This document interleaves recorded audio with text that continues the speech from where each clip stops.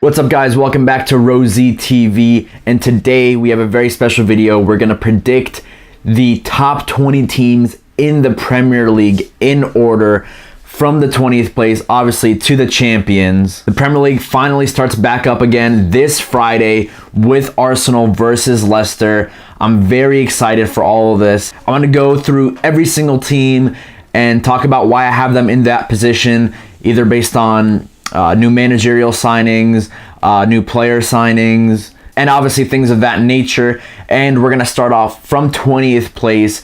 And in 20th place, I have New Boys Huddersfield Town. Many were surprised when Huddersfield won the playoff last year in the championship to get promoted. They got 5th last year in the championship, so it's not like they did too well. I think they will struggle. They haven't been in the Premier League since the 2000-2001 season. They've brought in a lot of signings. Usually teams that do that struggle a little bit to integrate all those signings. I'm thinking about Middlesbrough last year, who had so many signings to integrate into their new team, and they end up getting relegated. So for 20th place, I'm going to go ahead and say Huddersfield Town, which then I'll move on to 19th place, another new boy, Brighton and Hove Albion. Last year, they stayed very competitive in the championship, stayed neck and neck with Newcastle. I thought Chris Hughton has done some great work with them. I'm interested to see what he does in the Premier League. I'm predicting them to get 19th, but they could very well surprise us and be one of those teams that gets newly promoted and ends up getting a mid-table spot, like maybe 13th or 12th. They do have some very good players from the championship last season, guys like Anthony Knockaert, Glenn Murray, who bagged a lot of goals last season. But these are guys that have played in the Premier League before and didn't really do that well. So I don't think they're gonna replicate that championship form into the top division. But as I said, they could surprise, but I'm going to play it safe. I'm going to say they get 19th. Then I move on to 18th place, and this could surprise many, but I'm going to put Crystal Palace as the final team to get relegated. They lost Big Sam Allardyce as he's decided that he's going to retire from coaching. But with losing Allardyce, you lose a lot of that defensive stability that he brings in. It did bring in Frank de Boer to be his replacement. He did very well in the Dutch league a few seasons ago, but last season with Inter, got fired very quickly. Didn't really get much of a chance. Managed to keep hold of Zaha, and they still have some great players like Christian Benteke. But at the same time, Mamadou Sakho had a fantastic season for them last season, and Liverpool brought him back. It looks like he could be sold. If he goes back to Crystal Palace, then that could be very different for them. Moving on to 17th place, the team that will barely avoid relegation, and that is Burnley, who overachieved last season, did very well. And he thought they would struggle and be put in a relegation battle, but Sean Dyche had a great season. But this season will be very different. They did lose a key player in Michael Keane in defense, and another contributing factor to their success last season was their home form.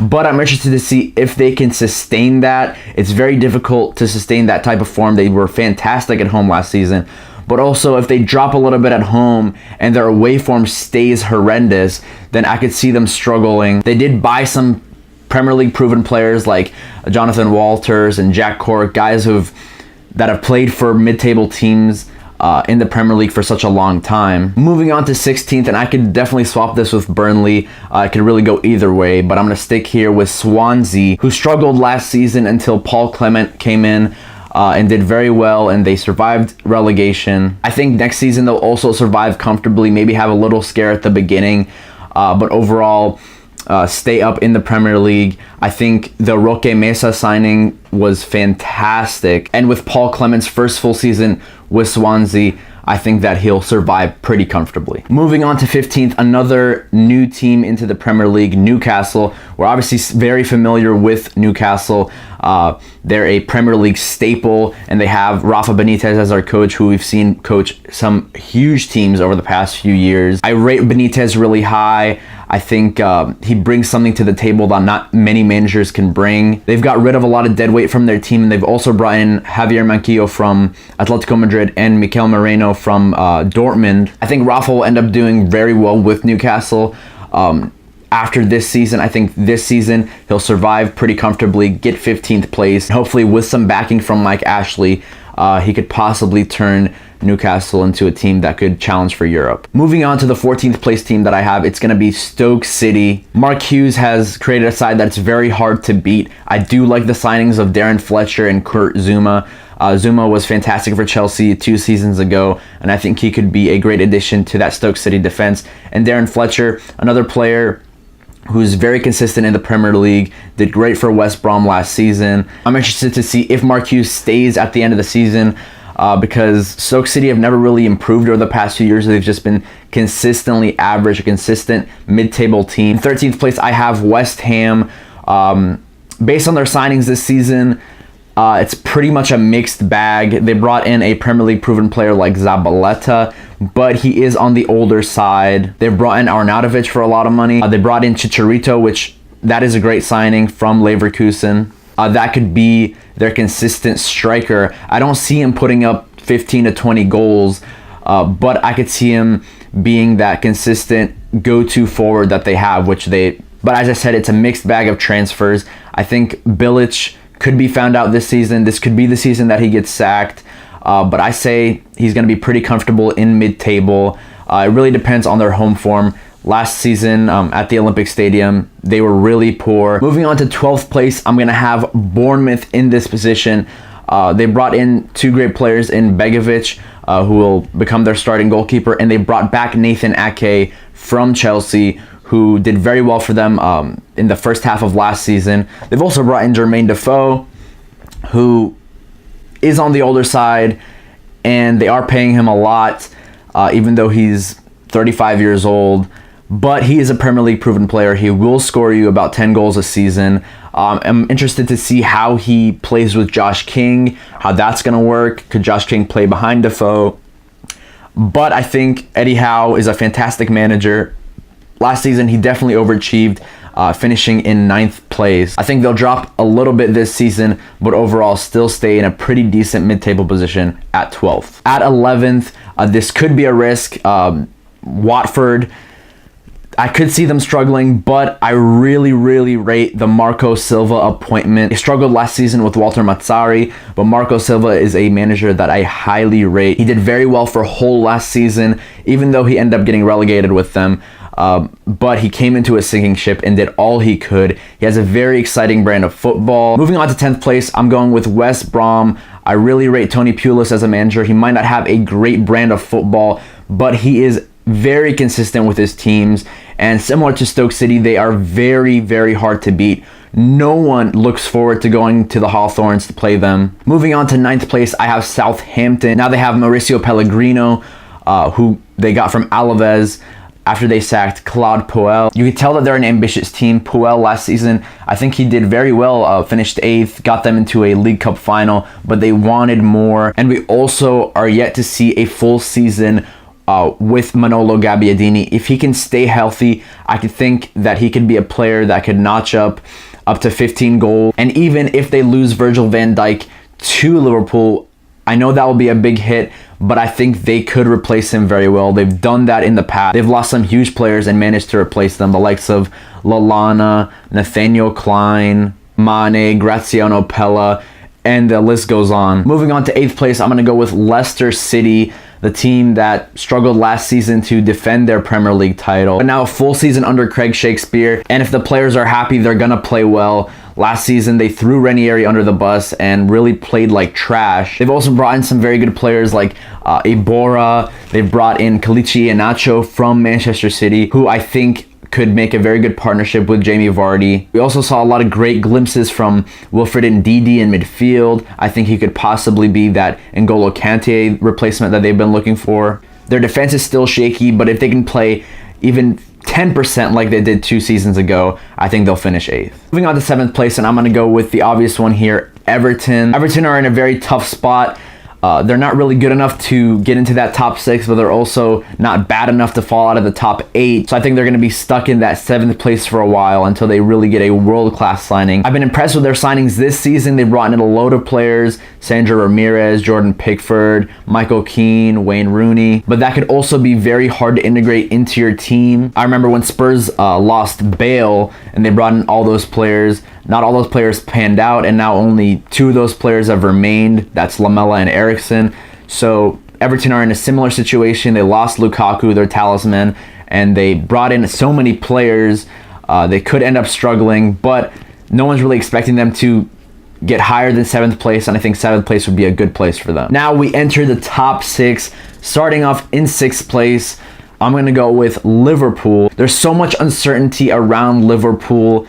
They didn't buy any new center backs. They do have Mamadou Sakho back, but it looks like he's going to leave. He does have some attitude problems and some conflicts with Jurgen Klopp. Yes, their attack is great. They brought in Mohamed Salah, but at the same time, Coutinho could end up leaving to Barcelona by the end of the week. I think the possibility of getting Naby Keita and Virgil van Dijk could really change this up and possibly put them in a top 4 spot, but they don't have them quite yet. And I think if they don't get any more signings by the end of the season and they finish 6th place, this could be the last season for Jurgen Klopp. While there was some inconsistency, overall, he got them into a Champions League spot, which, to be fair, they might not even be in the Champions League next season because of the fact that they still have to play a playoff against Hoffenheim, and Hoffenheim are a white-hot team, did fantastic in the Bundesliga last season under Julian Nagelsmann, so there's uncertainty around that as well. It's hard to predict for Liverpool, especially since August is not over and they still have some time to bring in some players,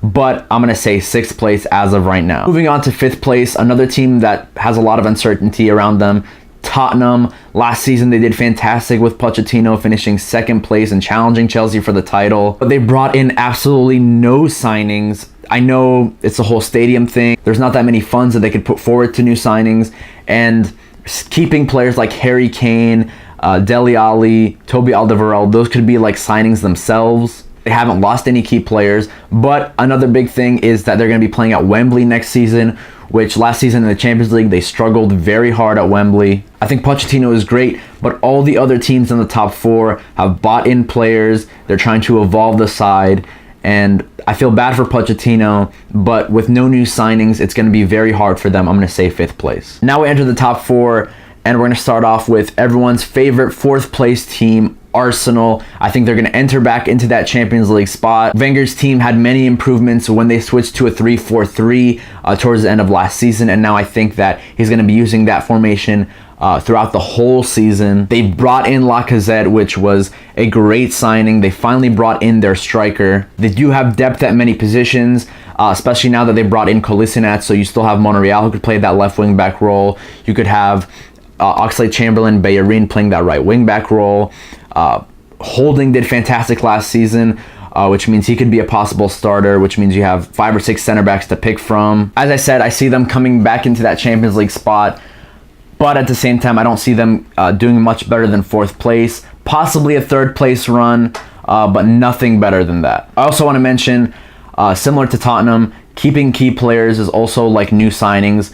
Mesut Ozil and Alexis Sanchez looked like they were going to leave, especially Alexis, but it looks like they're going to stay now, and that's going to be like a new signing on its own. Moving on to 3rd place, I'm going to have Manchester United. Last season they finished 6th and struggled very hard, but they still end up winning the Europa League, which means they are in the Champions League this season. One of the main reasons I think they're going to do well this season is because of the fact that they're still very hard to beat. They didn't have that many losses last season, and at the same time, they did have 15 draws, which was the most in the Premier League last season. And I think if they can translate some of those draws to wins this season, maybe 5 of 6 of those draws turn into wins, they could do very well. Lindelof signing, I think, is very good.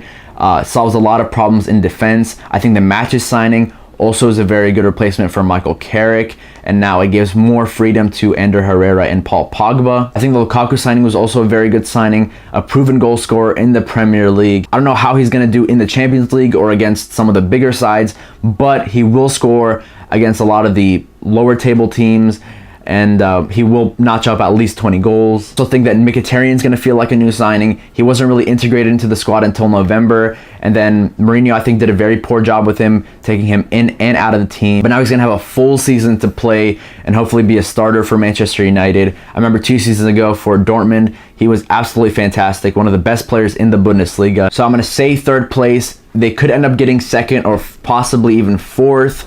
I don't see them winning the league. I think third is a pretty safe bet. Moving on to second place, the defending champions, Chelsea. Some positives, I think. They brought in Antonio Rudiger, so they will have some center back depth.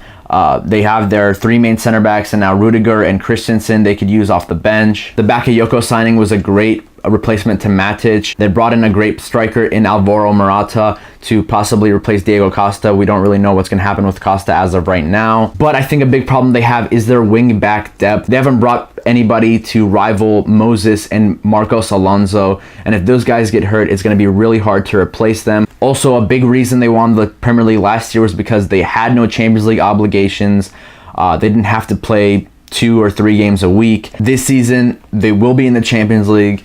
And I'm sure Antonio Conte is eager to prove all his haters wrong about the Champions League because he hasn't done very well in that competition, especially with Juventus. Moving on to first place, and I know a lot of people are predicting them to get first place based on their signings, but Manchester City, I think their signings were very smart. They fixed a lot of problems. One of their biggest problems was goalkeeper.